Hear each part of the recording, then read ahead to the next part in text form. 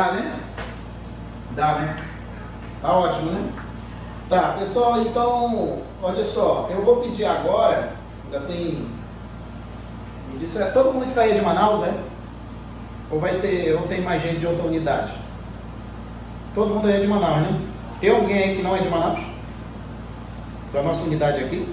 Porque se eu não me engano, posso até estar enganado, a Cristian me disse que ia entrar o pessoal de Anápolis, se eu não me engano, ou Brasília, não estou bem lembrado. Mas enfim, o que vai ser dado para ele vai ser para vocês, até porque a lista de hoje é sobre calorimetria, tá? A gente vai tecer alguns comentários aqui a respeito do assunto e resolver algumas questões aqui direcionados para o que a gente já está acostumado a ver na prova, tá?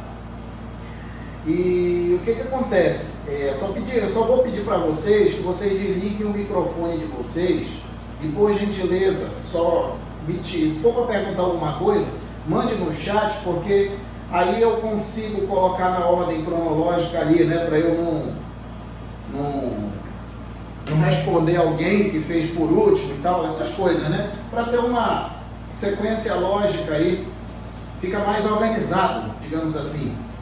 Aí a gente otimiza essa nossa 1 hora que nós temos aqui, tá? Aí qualquer coisa que vocês forem perguntar ou que for me responder, vocês por gentileza coloquem aí no chat, tá?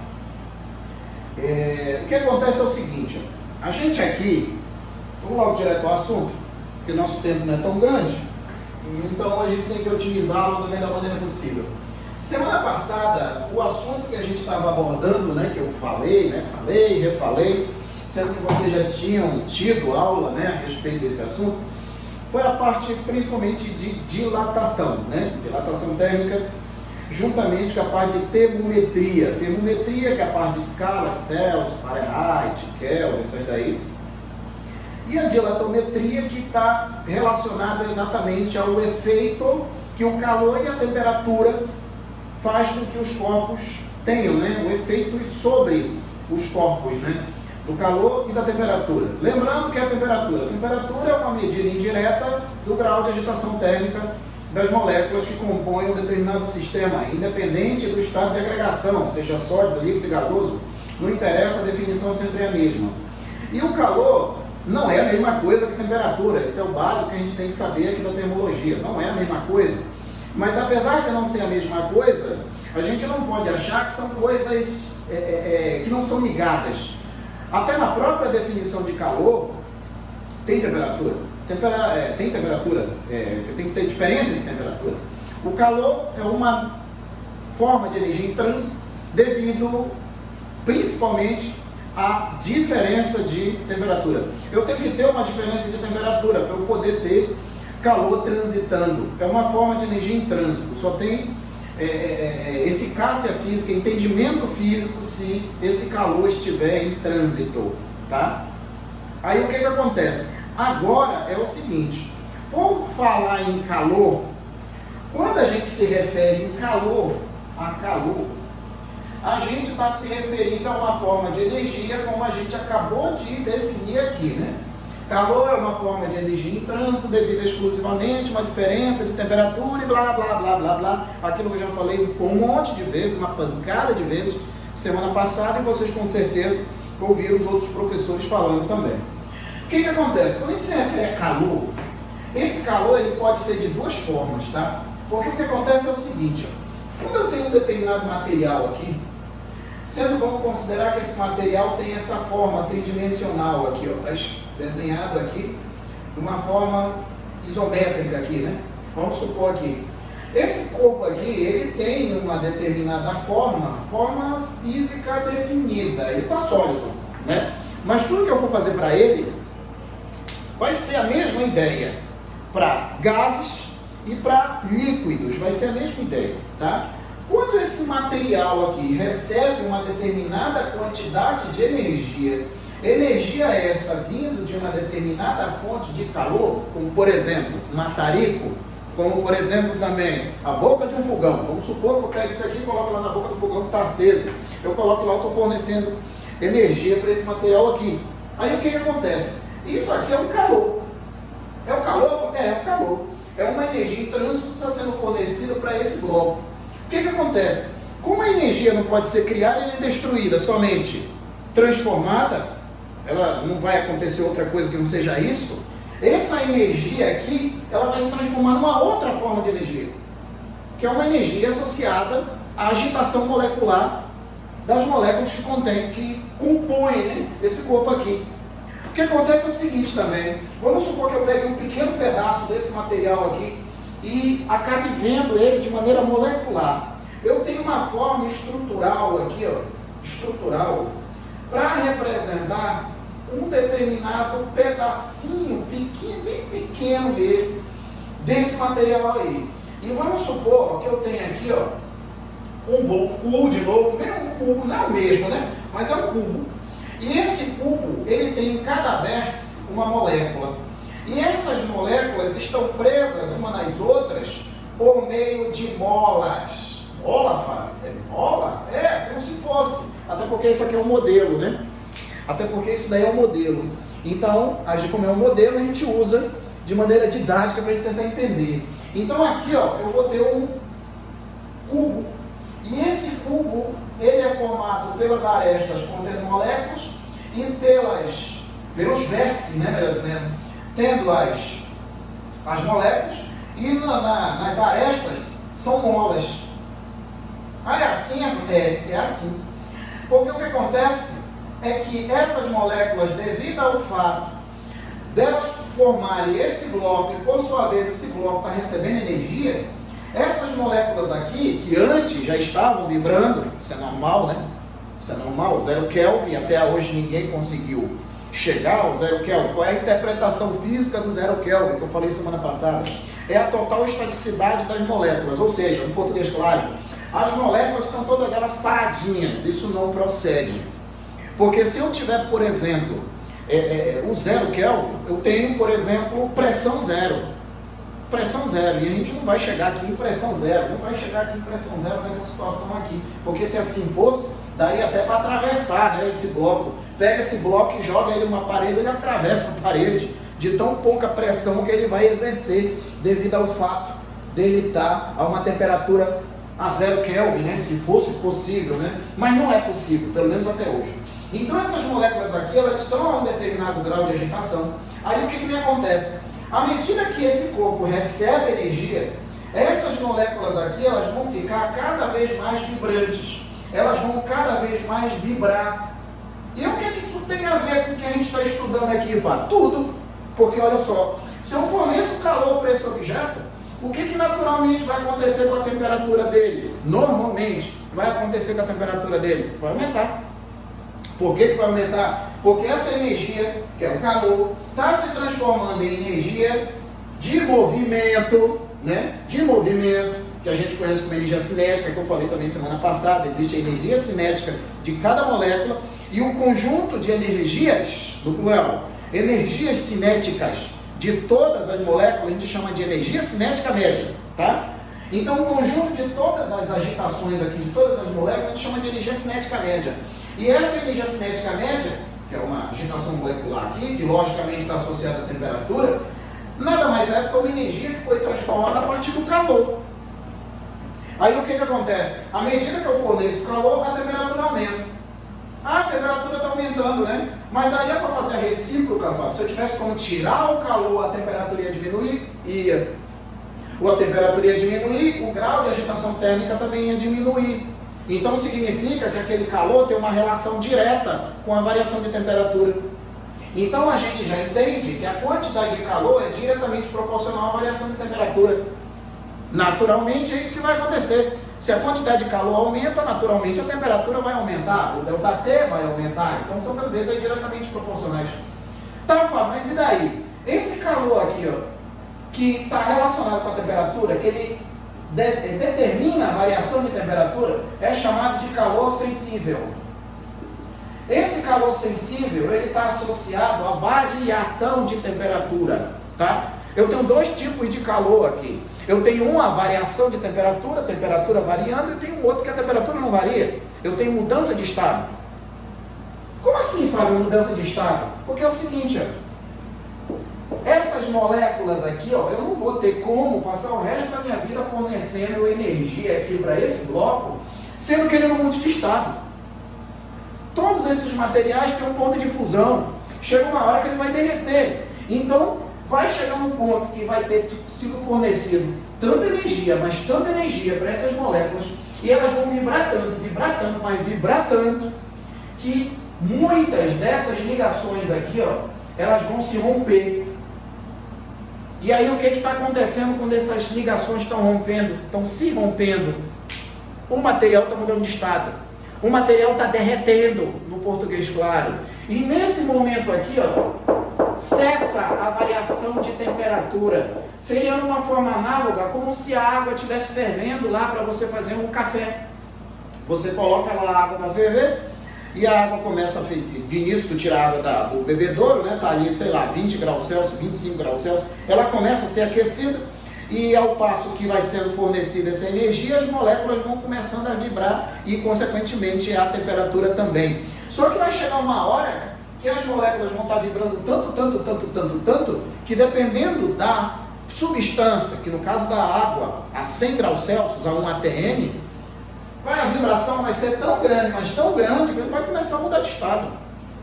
E nesse momento que, por exemplo, a água começa a mudar de estado a 100 graus Celsius, essa 100 graus Celsius não muda. E enquanto tiver água dentro do papeiro, dentro da vasilha, dentro da panela que você colocou no fogo, vai estar 100 graus Celsius. Não vai mudar.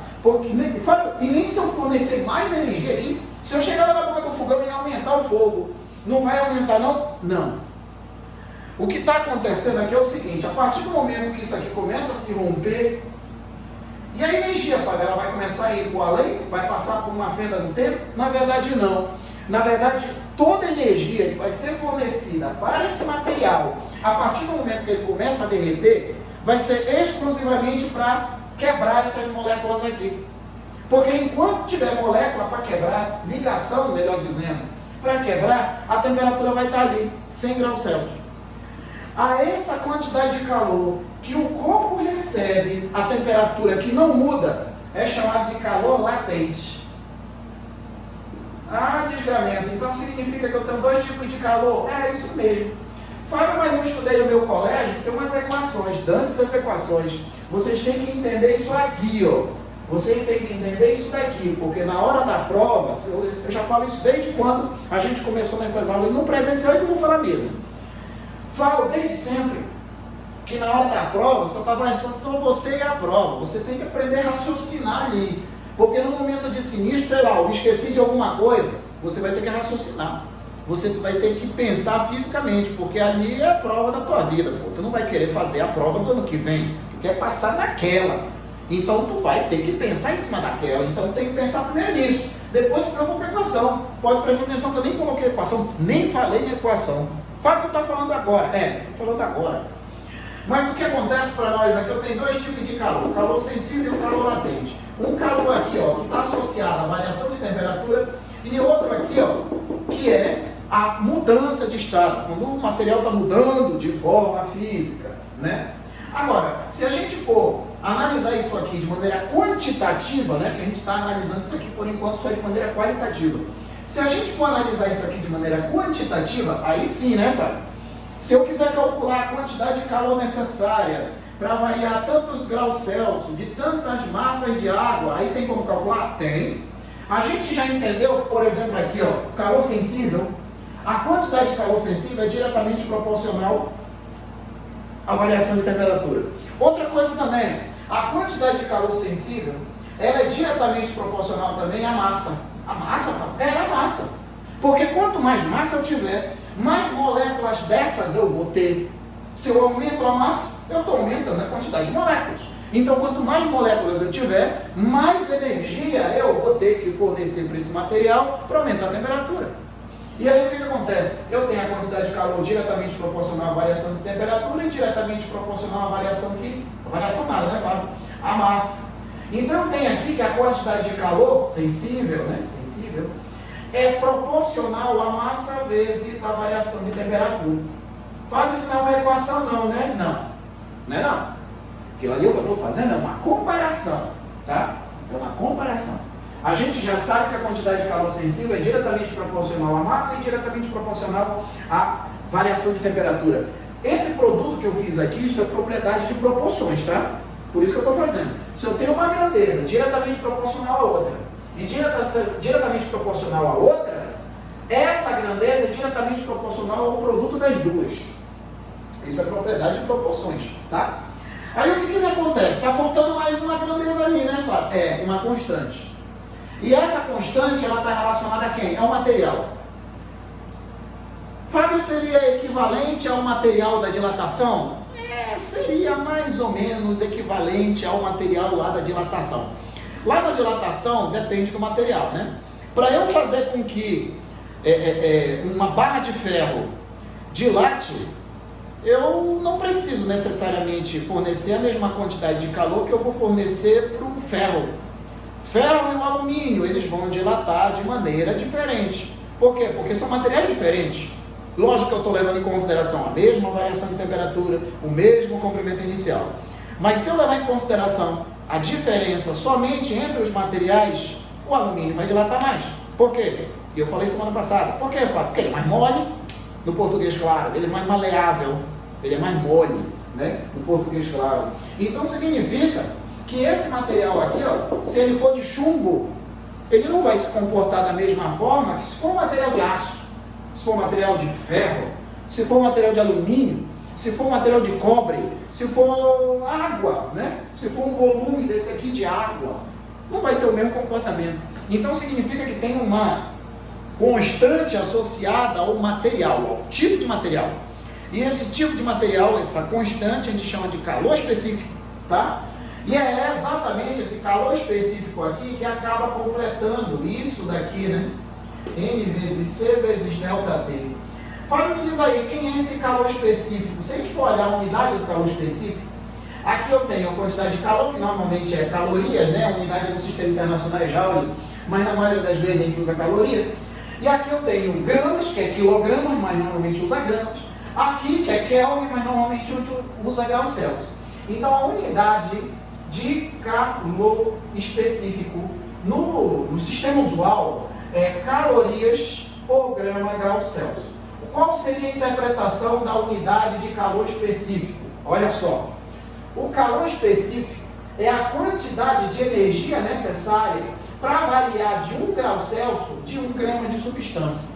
Então a gente vê que está diretamente relacionado à substância e não ao corpo, porque aí já não seria mais calor específico, seria capacidade térmica, que é outra coisa, tá? Não é a mesma coisa, não? Não, porque capacidade térmica está associada ao corpo.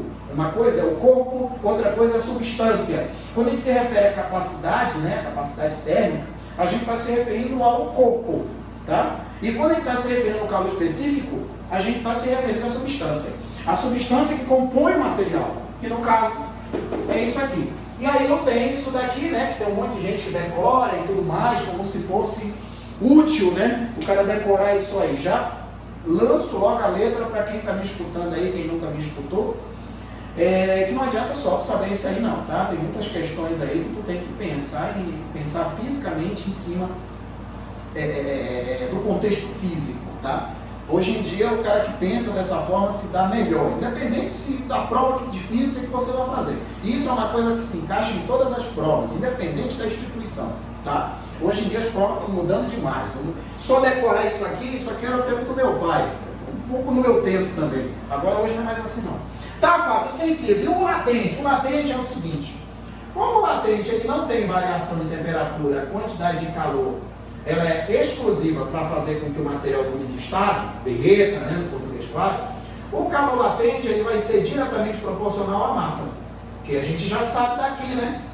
A gente já sabe que a quantidade de calor, tanto sensível quanto latente, é diretamente proporcional à massa e faz sentido, porque para eu fazer com que essas moléculas vibrem cada vez mais, de modo que as ligações quebrem no português claro, eu tenho que fornecer energia, né? Quanto mais energia eu forneço, mais energia cineticamente eu tenho e mais propício as ligações têm que se quebrar. Então, a quantidade de calor é diretamente proporcional à massa, independente se é o calor, a variação de temperatura ou o calor, a mudança de estado. E agora, Fábio, como é que a gente faz para calcular o calor latente? O calor latente eu tenho o seguinte, para cada substância eu também tenho uma constante, dependendo, né, da mudança de estado, né? Se eu tenho gelo, por exemplo, e vai virar água, eu tenho um calor latente, uma constante, né? E normalmente a questão dá, a gente só tem que ter um cuidado aí, quando for o inverso, né? Que uma coisa é quando eu tenho gelo virando água, outra coisa é quando eu tenho água virando gelo. Então eu tenho que ter cuidado com os sinais, né? Porque quando eu estou indo de gelo para água, eu tenho um aquecimento, né? A temperatura tendência a aumentar, né? E quando eu venho da água para o gelo, eu tenho um resfriamento. Então eu tenho que inverter alguma coisa, que não é a mesma coisa, né? O gelo virar água não é a mesma coisa da água virar gelo. Então alguma coisa tem que mudar. E essa alguma coisa é o sinal, tá? É o sinal desse L que a gente coloca aqui, ó. A quantidade de calor latente vai ser igual a M vezes L, tá? Isso quando eu tenho mudança de estado, tá? Então, basicamente, eu estou falando bem básico mesmo, bem rapidamente, porque eu estou levando em consideração que vocês já tiveram essa aula aqui. Eu estou tentando dar uma noção intuitiva, tá? Intuitiva, que é assim que, falando por mim, que eu comecei a estudar depois que eu criei vergonha na cara, né, para estudar. Tentar entender de maneira intuitiva. Depois tu se preocupa com a física propriamente dita e com as equações. A equação é a última coisa que tu vai se preocupar. É a última coisa. É a última coisa. Tem cara que quer se preocupar com a equação e não sabe interpretar texto. Não tem hábito de leitura. Não consegue ler 3 linhas. Chega na 4ª linha e já esqueceu o que leu na primeira. E aí fica difícil. Então não adianta nada. Então o cara tem outras coisas mais importantes para se preocupar antes de se preocupar com equações. Tá? Então a calorimetria, ela é o estudo do calor, estou portuguesando tudo aqui. A calorimetria é o estudo do calor, os tipos de calor e as formas de propagação, condução, convecção, irradiação.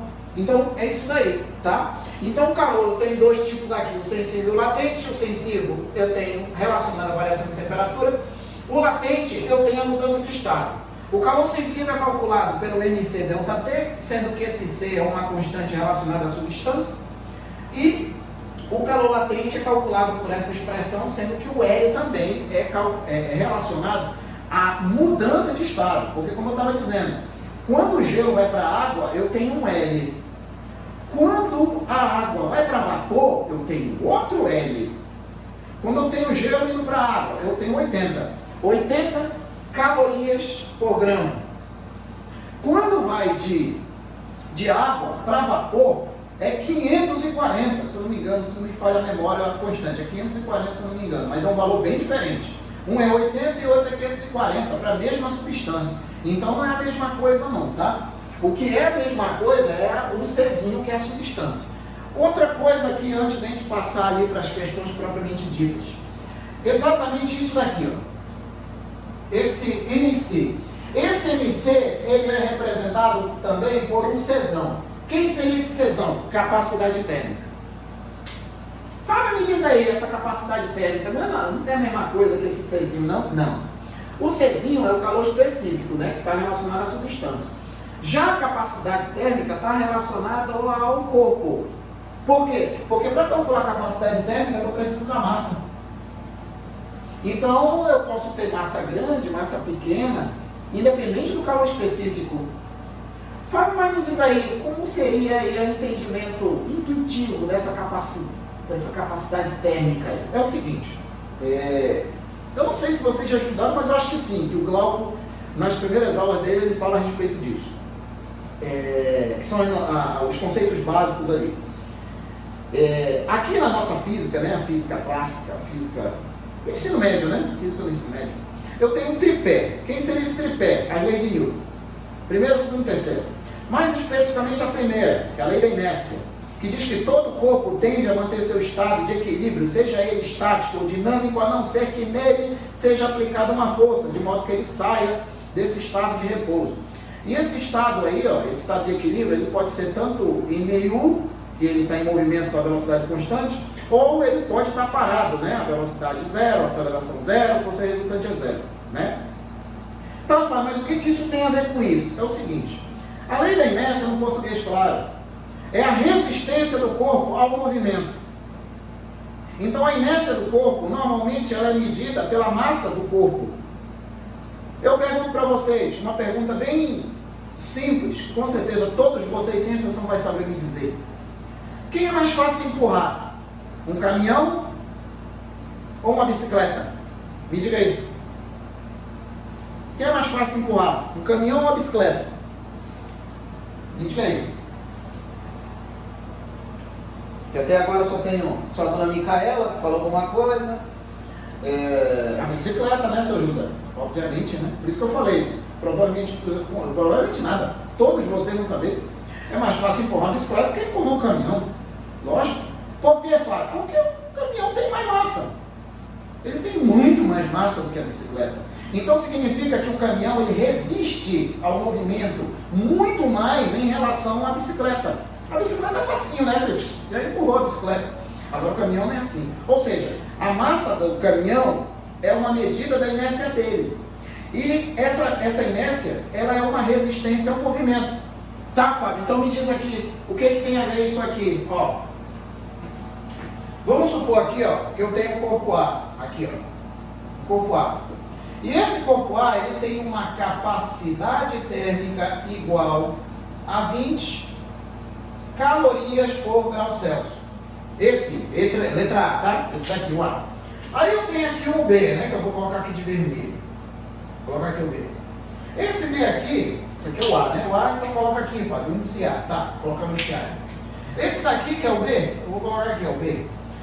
A capacidade térmica do B, vamos supor que seja 100 calorias por grau Celsius. Eu pergunto para vocês, qual desses dois corpos aqui, A ou B, resiste mais à variação de temperatura? Da mesma forma que o exemplo que eu peguei, o caminhão, ele resiste mais ao movimento, esses dois blocos aqui, ó, qual dos dois resiste mais à variação de temperatura? Me diga aí, o A ou o B? O B. Isso mesmo, dona Micaela, o B. Fala, mas como assim o B? É o seguinte, olha só. Vamos pegar o A aqui, ó. Eu pegando o A ele tem uma capacidade térmica de 20 calorias para cada grau Celsius. Isso significa o seguinte, que para variar 1 grau Celsius desse corpo A, quanto de energia eu tenho que fornecer para ele? 20, né? Para eu variar 1 grau Celsius de temperatura desse corpo aqui, eu tenho que fornecer para ele só 20. O B não. O B eu tenho que fornecer 5 vezes mais calor para ele, para variar 1 grau Celsius. Seria uma ideia assim, né, uma comparação a grosso modo, como se esse bloco B fosse o nosso caminhão e esse bloco A fosse a nossa bicicleta. No português claro, a capacidade térmica é como se fosse uma inércia térmica. É uma resistência do material à variação de temperatura. Então, da mesma forma que eu tenho a massa, que é uma resistência do corpo à variação de movimento, eu tenho a temperatura, a capacidade térmica, melhor dizendo, que é uma resistência à variação de temperatura. Então, os corpos que têm a maior capacidade térmica, eles resistem mais à variação de temperatura. Então, se aqui eu forneço 20 calorias, aqui varia 1 grau Celsius.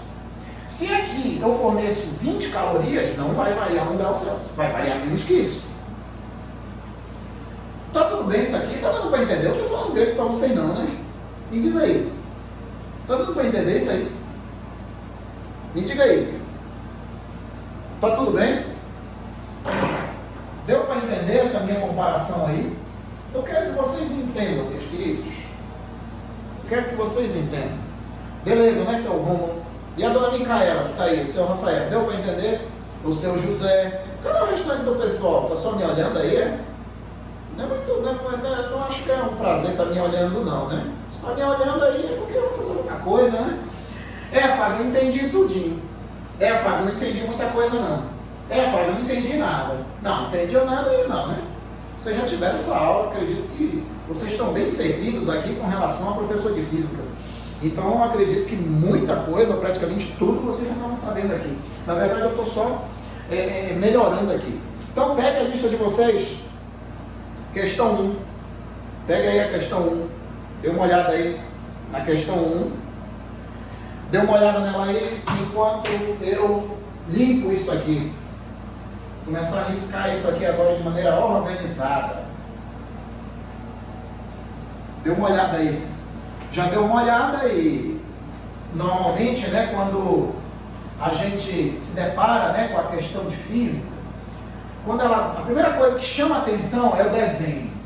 Seja uma foto, seja um esboço, ou até mesmo um gráfico, a primeira coisa que chama a atenção são essas figuras.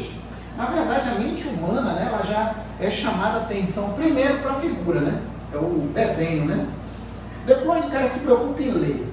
Mas antes de você começar a ler, você já tem que ter em mente que quando você se depara com um gráfico, independente da disciplina, tá? Independente se é física, matemática, química, biologia, até geografia, quando você se depara com um gráfico, a ideia é que esse gráfico tem duas grandezas que estão relacionadas. Duas grandezas? Duas grandezas. Porque na verdade um gráfico nada mais é do que a relação entre duas grandezas, né?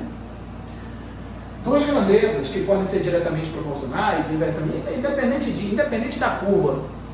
Mas eu tenho um gráfico, né? E aqui eu tenho um gráfico.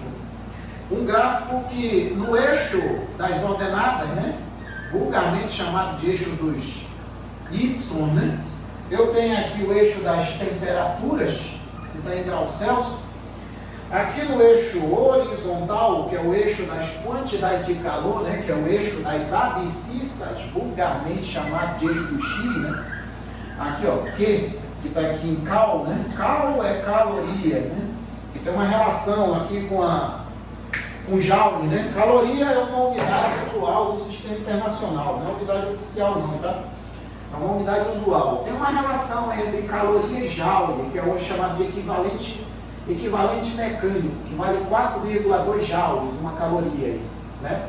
Então aqui eu tenho aqui 1.800 aqui, 1.800 calorias, e aqui eu tenho a temperatura inicial, que é 20, e a temperatura aqui T0, né?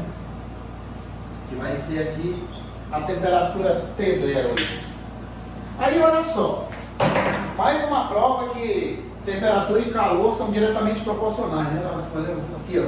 Se uma está aumentando, a outra também vai estar aumentando, né? A não ser que aconteça o seguinte, que a outra fique constante, que é o que vai acontecer, né? Porque aqui a temperatura T0 vai se manter constante, mas aí aqui é uma mera representação, porque o problema vai simplesmente de 20, né, até T0.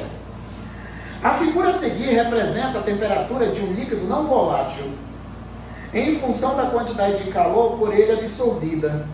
Sendo a massa do líquido 100 graus Celsius, 100 gramas, né, melhor dizendo, e seu calor específico 0,6, qual o valor da temperatura em graus Celsius da temperatura T0? Qual o valor em graus Celsius da temperatura T0? Ora, daqui é só ver que alguém está variando em relação a alguém, né? A quantidade de calor que vai ser fornecida para o sistema, ela vai aumentar a partir do zero, né? Até chegar aqui, ela vai sair de uma temperatura inicial até a final. Então eu tenho aqui que a quantidade de calor sensível, que como aí é variação de temperatura, né? É outra coisa que a gente tem que analisar nas curvas de aquecimento e nas curvas de resfriamento. Aqui eu poderia aproveitar esse gráfico para virar uma curva de aquecimento, né? Quando eu tiver linhas paralelas, eu não posso me enganar. Ah, linha paralela está mudando de estado, negativo. Você tem que olhar para quem está no eixo vertical. Ali está no eixo vertical é a temperatura. Então aqui a temperatura se mantém constante. Poderia ser uma mudança de estado. Poderia, né? No imperfeito mesmo. Poderia ser uma variação de estado. Mas aí o que a questão quer saber é quanto é que vale o T0, né?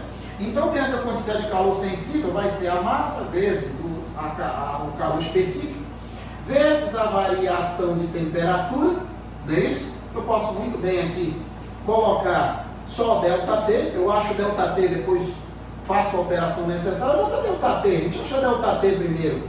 Então aqui eu tenho 1.800, né? 1.800 que vai ser igual, olhando as unidades também, né? Calor específico está em caloria por grama grau Celsius, a massa está em gramas. E então a minha quantidade de calor vai estar em caloria e a temperatura vai estar em graus Celsius. Então a massa ali vai ser 100 100, vezes o calor específico, que é 0,6 vezes ΔT. Então daqui eu tenho que ΔT vai ser igual a 1.800 dividido aqui, ó, 0,6 vezes 100, 60% de 100, isso é 60, né? Então fica aqui 60, vai embora isso com isso, né? 0,6 vezes 100 vai dar 60, 60 vem dividindo para cá, aí fica 180 dividido para 6, que vai dar quanto isso aqui? Isso aqui vai dar exatamente quanto? O ΔT vai ser igual a 30 graus Celsius. 30 graus Celsius, né, Fábio? 30 graus Celsius, né? 30 graus Celsius. Se é 30 graus Celsius, basta eu botar aqui na variação, né? Nas variações, né, Fábio? Nas variações.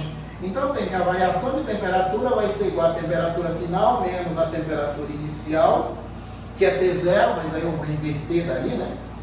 Aqui a temperatura T e aqui é T0, que é a final. E aí o ΔT vai ser 30, né? Que vai ser igual ao T0, que é o que está ali no gráfico, menos o T. Quem é o T? É o 20. É o 20 que é negativo, passa para o outro lado positivo, então eu tenho que o T0 vai ser igual a 50 graus Celsius. Pronto. Aí está. 50 graus Celsius é a temperatura T0. Em que letra está isso aí? Não tem letra não, né? Acho que essa daí é discursiva, né? Acho que isso aí é discursiva, né? Tudo tranquilo aí? Tudo bem? Tudo, né? Tá. Agora, dê uma olhada aí, ó. Na 2. Isso aqui, então, a resposta é 50, né? Resposta é 50.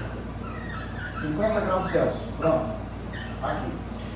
Então, dê uma olhada na 2 aí, ó. Na 2. A 2 está dizendo o seguinte, ó. Está dizendo o seguinte. Em um dia de inverno, a temperatura ambiente está muito baixa. Com a finalidade de aquecer o ar do interior de uma pequena caixa que estava em contato com o ambiente, coloca-se dentro de uma caixa um objeto que está inicialmente a 100 graus Celsius. A forma natural era que ele esfrie, né? Como a região do lado de fora está fria, se você coloca um material quente, de maneira natural, ele tende a fornecer calor para o ambiente, né? Então ele vai esfriar, né? É ele que vai esfriar, não é o ambiente que vai aquecer. O ambiente vai continuar frio, até por causa das dimensões dele. Mas o material a tendência é esfriar. A ideia do exercício é fazer que esse resfriamento, que naturalmente vai acontecer, seja retardado. É essa a ideia principal aqui, tá? A tabela abaixo mostra 5 possibilidades para esse objeto. Aí tem a tabela aí, né? Tem o objeto A, B, C, D ou E, tem a massa aqui e o calor específico. O objeto mais indicado para tal finalidade vai ser qual? Vamos ver aqui, ó. Tem massa e calor específico. Massa e calor específico a gente calcula o quê, hein? Me diga aí. Massa e calor específico, a gente calcula o quê? O que a gente calcula com calor ou com massa e calor específico? O Czão, né? Que é a capacidade térmica. Isso mesmo. O que a gente vai fazer aqui? Para cada um deles, a gente calcula quem tem a maior capacidade térmica. Então tem aqui a capacidade térmica de A vai ser igual a 0,1, mas olha a unidade de medida. Aqui está em quilograma, né? 0,1 quilograma, só que para eu transformar para grama, eu multiplico por quanto aqui? Eu multiplico por 1000, né? Que vai dar 100, né? Então fica aqui 100 gramas, vezes o calor específico dele, que é 0,4 calorias por grau Celsius. E olha como é que é as coisas aqui. Eu coloquei agora as unidades de medida, eu coloquei de propósito, tá? Eu coloquei de propósito para a gente ver o que, para documentar o que. Deixa eu apagar essa luz aqui para. Eu acho que vocês não estão vendo ali lá em cima. Depois eu acendo de novo. Agora dá para ver. Isso aqui, ó. Ficou um pouco mais escuro, mas pelo menos dá para ver aqui. Depois eu acendo de novo. Que eu disse semana passada que essa unidade, essa igualdade aqui não é só igualdade numérica, ela é uma igualdade de unidades também. Então do lado de cá tem que dar unidade de capacidade térmica, que é o que vai dar, né? Do jeito que está aí, ó, do jeito que está aí, esse G aqui, ó, vai embora com esse G e o que vai me sobrar é só quem? É exatamente isso aqui, ó, calorias por grau Celsius, que é a análise dimensional do problema aqui. Então eu tenho que a capacidade térmica de A vai ser igual a 100 vezes 0,4, que é 40 calorias por grau Celsius. Isso aqui seria a capacidade térmica do A. E o B? A capacidade térmica do B. A capacidade térmica do B é 0,6, né? 0,6 kg, ou seja, 600 gramas. 600 gramas vezes 0,15. Quanto é que dá esse produto aqui? 600 vezes 0,15. Na verdade, pode ser 6 vezes 15, né? Não é isso aí? Quanto é que dá isso aqui? 6 vezes 15. Me diga aí. 6 vezes 15. 6 vezes 15. 6 vezes 15. Me diga aí. Me diga aí, seu Romulo. 6 vezes 15. Que é a mesma coisa que está aqui, né? Pega essa vírgula, joga duas casas para lá e elimina esses dois zeros aqui. Ele fica 6 vezes 15. Que dá 90. Isso mesmo. Vai dar 90. 90 calorias por grau Celsius. Aqui, ó. Isso daqui seria a capacidade, a inércia térmica do corpo B, digamos assim. E o C? O C, capacidade do C, vai ser igual 500 gramas, agora já está tudo grama. 500 gramas aqui, né? 500 gramas vezes o 0,4. 0,4. 0,4, quanto é que dá isso aqui agora? 0,4 vezes 500. Então a capacidade térmica de C vai ser igual a quanto isso aqui? 500 vezes 0,4, 200, né, seu Romulo? Isso mesmo, 200 calorias por grau Celsius. Só vai ter que fazer conta por conta, sim, para saber quem tem a maior capacidade térmica. Quem tiver a maior capacidade térmica é o material mais indicado. Isso aqui é o C, né? Então tem aqui, ó, que é o material que resiste mais. É aquela inércia térmica que eu estava falando aqui quando eu estava me referindo à capacidade térmica. O material que tem maior valor, ele resiste mais. Ele precisa de mais energia para poder variar a temperatura, né? Ou, no caso aqui do problema, propriamente dito, ele, para variar a temperatura, ele tem que liberar um monte de energia para poder diminuir a temperatura. Então aqui no D, eu tenho aqui a capacidade térmica do D, que vai ser igual a 500 também, vezes 0,1.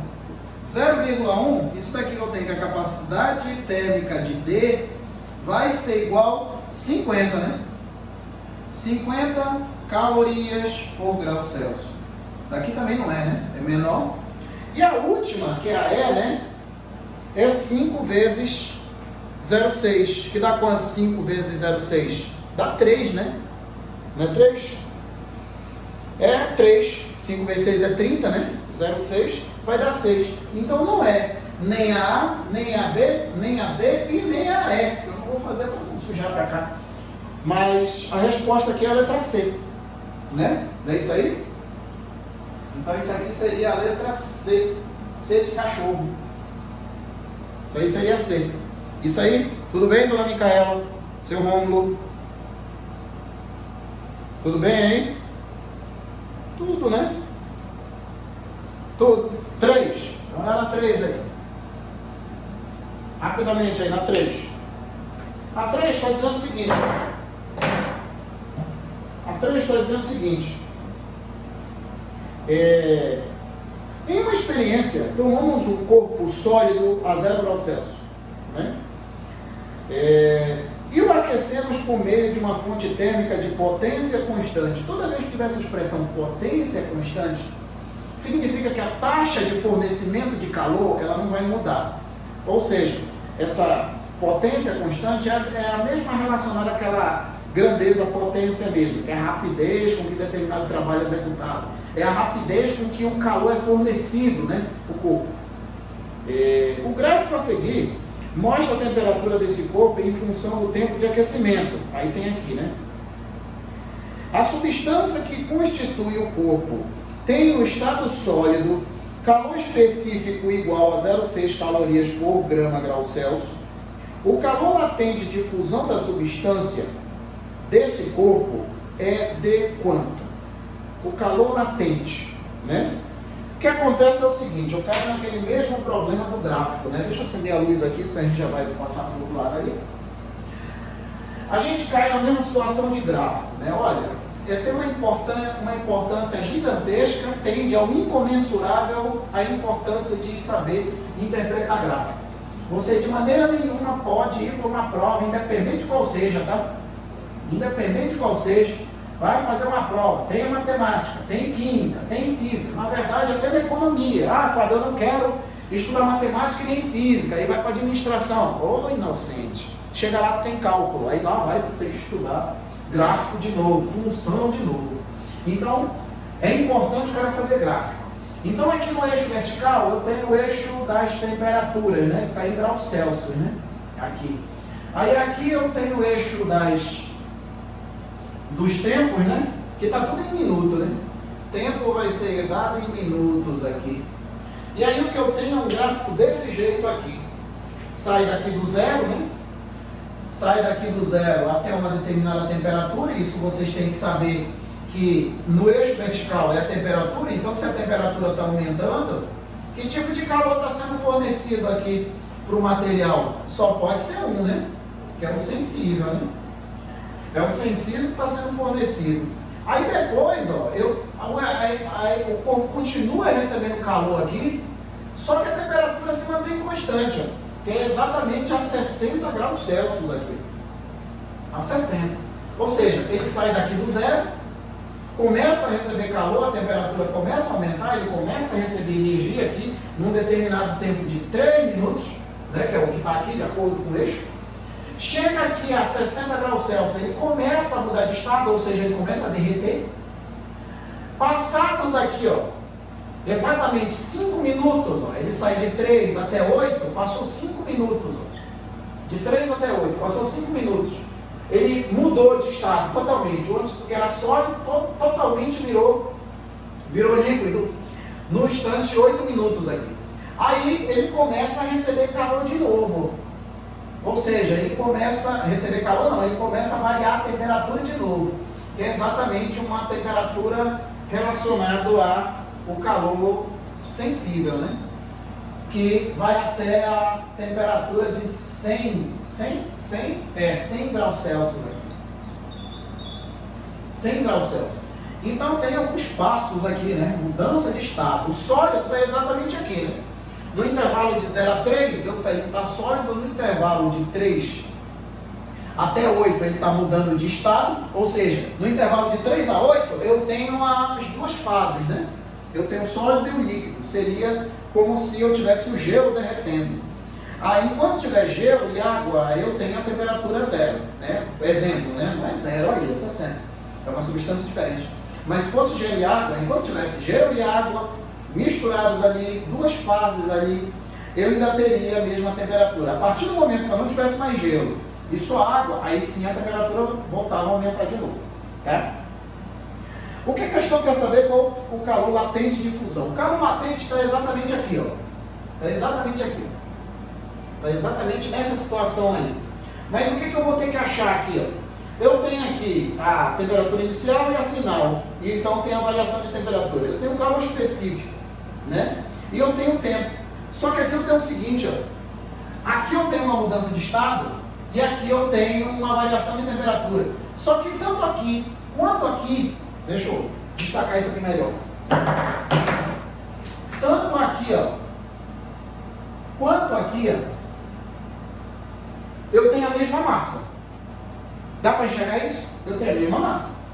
A massa também não vai ser inventada aí, né? Não vai ser criada, né? Ou ela vai ser destruída. Ela vai continuar assim. A única coisa que vai mudar é a forma com que as moléculas estão arrumadas. Ela vai deixar de ser uma forma definida para passar para uma forma mais desorganizada, que no caso seria do líquido, né? Mas a massa vai ser a mesma. Aqui eu tenho massa, aqui eu tenho massa.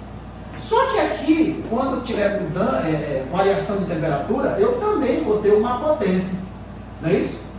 Que vai estar recebendo calor. Uma potência que eu vou chamar de potência POT mesmo. POT de... Não, vou botar... Só para mudar aqui o índice aqui. Potência calor sensível. PS. Pronto. PS. E aqui eu vou ter a mesma potência, só que vai ser a potência para mudar de estado. Vai ser a potência E. PE. Latente. O que tu quer fazer com isso aí, Paulo? Vou igualar as duas potências. A potência não é a mesma? A questão eu estou dizendo que a potência é constante.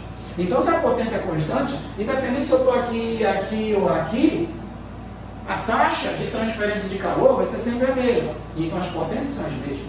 Então, tem aqui que a potência a calor sensível vai ser igual à potência a calor latente. A potência para variação de temperatura vai ser a mesma para mudar o estado físico desse corpo aí. Deu para entender isso aqui? A física é isso. Deu para entender, seu Romulo? Tranquilo? Dona Micaela? Deu para entender isso aí? Tudo bem? Tudo bem, né? Não deu para entender, seu Romulo? É isso mesmo, Romulo? Não entendeu? Tá, olha só. Vamos pro primórdio disso daí. O que seria a potência? A potência, ela vem lá da mecânica, tá? O que é a potência? A definição formal, intuitiva, digamos assim, da potência. A potência é a rapidez com que determinado trabalho é executado, tá? É a rapidez com que determinado trabalho é executado. Ou seja, que potência é igual a trabalho sobre ΔT. Aliás, toda vez que vocês veem uma grandeza, cujo denominador aqui ó, é um ΔT, significa que essa grandeza é uma rapidez. Velocidade é uma rapidez com que as posições variam. A aceleração é uma rapidez com que a velocidade varia. Potência é uma rapidez com que o trabalho é executado. Corrente elétrica é a taxa de variação temporal da quantidade de carga que passa numa área de seção transversal do condutor. Força eletromotriz é uma taxa de variação temporal do fluxo do campo magnético. E assim vai. Tem o denominador ΔT, que é tempo, é uma taxa de variação temporal. É alguma grandeza que está variando com o passar do tempo. Tipo velocidade, aceleração, corrente elétrica e essas outras aí que eu falei, tá? E aí o que acontece? A potência, ela se inicia na mecânica aplicada na dinâmica, né? Trabalho é realizado por forças. Mas esse trabalho, apesar de ser realizado por força, não deixa de ser energia, tanto que a unidade é joule. E aí eu posso aplicar essa mesma ideia para cá. Por quê? Porque esse trabalho é energia também. Porque eu posso muito bem encarar o trabalho como uma taxa de transferência de energia. E uma taxa de transferência de energia é o calor que está transitando. Esse calor ele pode passar de um corpo para outro de maneira rápida, uma taxa alta, ou de maneira devagar, uma taxa baixa. Se eu tenho calor passando de um corpo para outro rapidão, com uma rapidez grande, eu tenho uma potência alta. A gente pode pensar desse jeito também com relação aos carros. Carro que tem uma potência alta, ele não é rápido. Carro que tem uma potência baixa, ele é lento. Então a ideia é parecida para cá. Aqui a ideia também, porque tanto aqui no estado sólido quanto no estado líquido, a taxa de fornecimento de calor é a mesma. Independente se ele está no sólido ou no líquido, não interessa. Aqui ele está no estado sólido, e aqui está no líquido. E aí o que acontece? Nesse estado aqui é exatamente onde está o que a questão está querendo, né? Que é a constante de mudança de estado, né? Tá? Deu para pegar isso aí?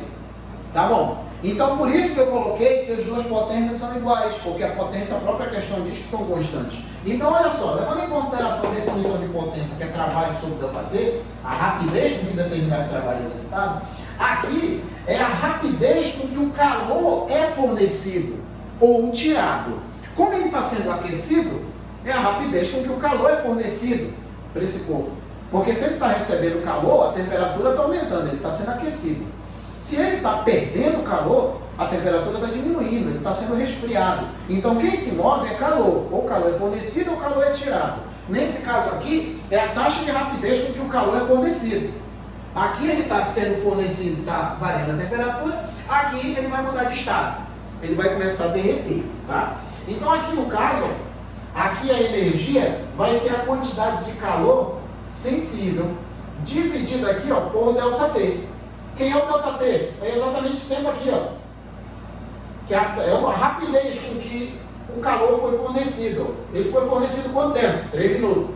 Aí o outro aqui, ó, que vai ser igual a quantidade de calor latente, né?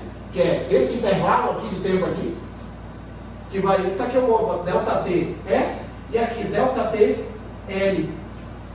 Ou seja, a variação de tempo para que ele mude de estado. E aqui é a variação de tempo para que ele varie a temperatura de 0 a 60. Tá? Aí olha só, continuando aqui, quantidade de calor sensível aqui. Eu vou ter a massa da substância, vezes o calor específico da substância, vezes a variação de temperatura, dividido aqui por ΔT sensível, que vai ser igual a quantidade de calor latente, vai ser a massa dele vezes o calor latente, o L, chama de calor latente mesmo, né? É o calor latente de fusão, que é esse L aqui, né? Dividido aqui para ΔTL. Agora, substituindo os valores e vendo, né? Eu não tinha dito que aqui, ó, é a mesma massa daqui, não vai ter destruição, né, de massa e nem criação de massa, então esses N's aqui vão embora. E esse ΔT vai para lá para o outro lado, multiplicando, né? Aí o que me acontece? Eu tenho que L, que vai ser igual ao C vezes o ΔT, vezes o ΔTL, que é o latente, aqui o tempo de latente, aqui, que é esse intervalo, dividido aqui para ΔT sensível. Pronto. Fisicamente acabou o problema.